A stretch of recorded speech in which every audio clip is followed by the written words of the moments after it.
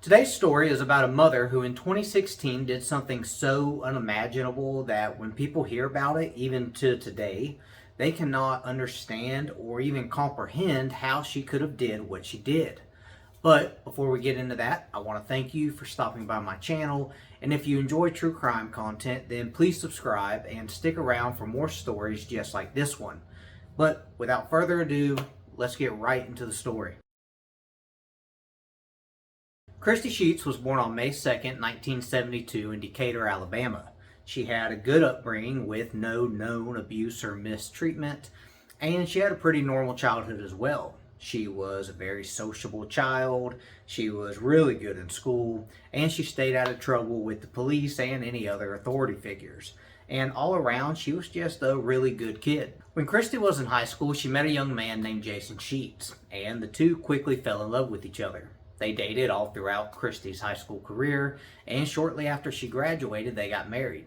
And not too long after getting married, they packed up and they moved to Katy, Texas for better job opportunities. The first few years of their marriage were great. They had two daughters named Taylor and Madison, and between the two of them, they had a good flow of income. Jason was an IT consultant for a large oil and gas company, and Christy worked multiple jobs, such as being a hairdresser, a receptionist, and an executive assistant.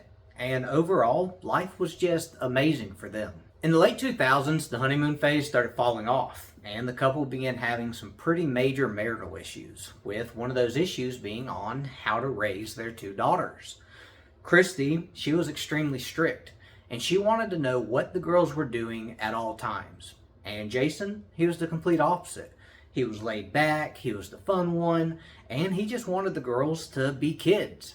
And because these two couldn't meet in the middle on how to raise their daughters, it caused a ton of friction in their marriage. The arguments got worse and more frequent as the years went on, and in 2012 an event would take place in Christy's life that would send her to an extremely dark place.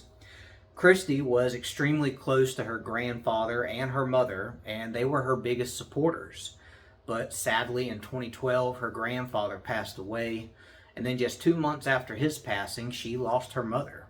And after losing her entire support system, Christy's mental health began declining rapidly, and things just got way worse in hers and Jason's marriage. Between 2012 and 2016, Christy also had multiple stays in mental health facilities.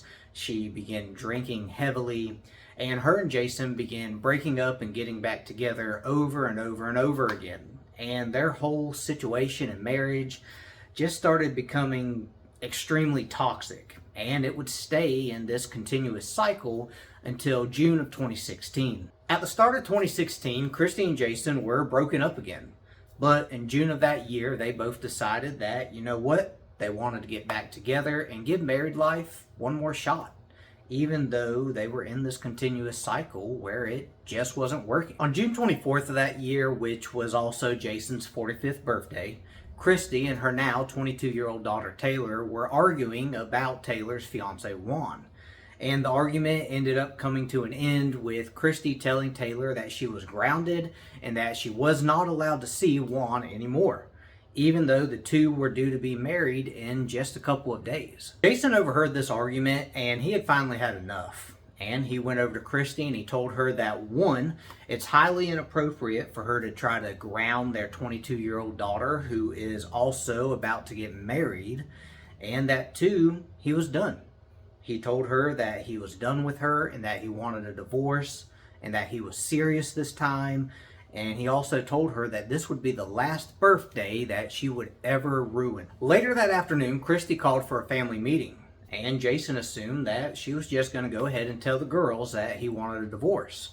So he, along with 22-year-old Taylor and 17-year-old Madison, went into the living room, and the three of them sat there and waited for their mother to come and tell them what this meeting was all about. As the three of them sat there waiting for Christy to start talking, they watched as she came in and started digging behind one of the couch cushions. And then they watched as Christy stood up and pointed a gun right at them. It was a 5-shot, .38 caliber revolver that she had inherited from her grandfather, and she hid that gun behind that cushion before she called the family meeting to do exactly what she was about to do. Jason and the girls begged and pleaded for her not to aim the gun at them and to please just put it down, but she wasn't listening. And this went on for a while, and there were even 2 911 calls, one from Taylor and one from Madison. And on those calls, you can hear Jason and the girls begging for their mother to put this gun down, but she never would. Eventually, Jason just looked at Christy and he said, quote, "Just make it easy on everyone and turn the gun on yourself." And in response to this, Christy said, quote, "No, this isn't what this is about. It's about punishing you."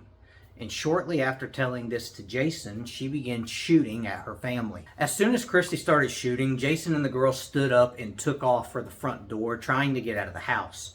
But unfortunately, they wouldn't make it. 17-year-old Madison would be struck in the neck, and she would collapse outside of the front door in the yard, and she would sadly pass away.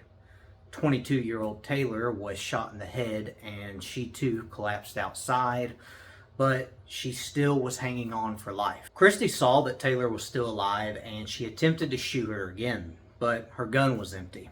So Christy went back inside, she reloaded the revolver, and then she came back outside, stood over Taylor, and proceeded to shoot her 2 more times in the head. 22-year-old Taylor would sadly pass away in the hospital later that night. As Christy fired that final shot into Taylor, a police officer arrived on the scene and demanded that she drop her weapon.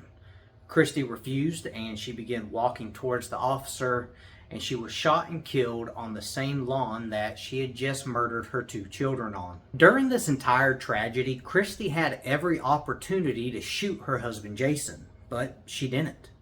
Jason would later be found at the end of a cul-de-sac in their neighborhood, and he would be taken to the hospital for emotional distress. Physically, he was okay, but mentally, he was destroyed. Jason would later be interviewed, and he was asked why he believed his wife would do something like this. And he ended up telling investigators as well as the press that he believed that she wanted to make sure he suffered for the rest of his life. And he said that she accomplished that. Taylor's fiance Juan misses her dearly, and he just tries to take life day by day. As for Jason, he remarried to a lady named Monica, and he tries to honor his daughter's memories every day. I hope you enjoyed my telling of that very tragic case, and if you did and you made it here to the end of the video, then please subscribe. Please leave a like on the video and get in the comments and let me know what you thought about this case. And until next time, I'll see you guys next week, and y'all stay safe out there.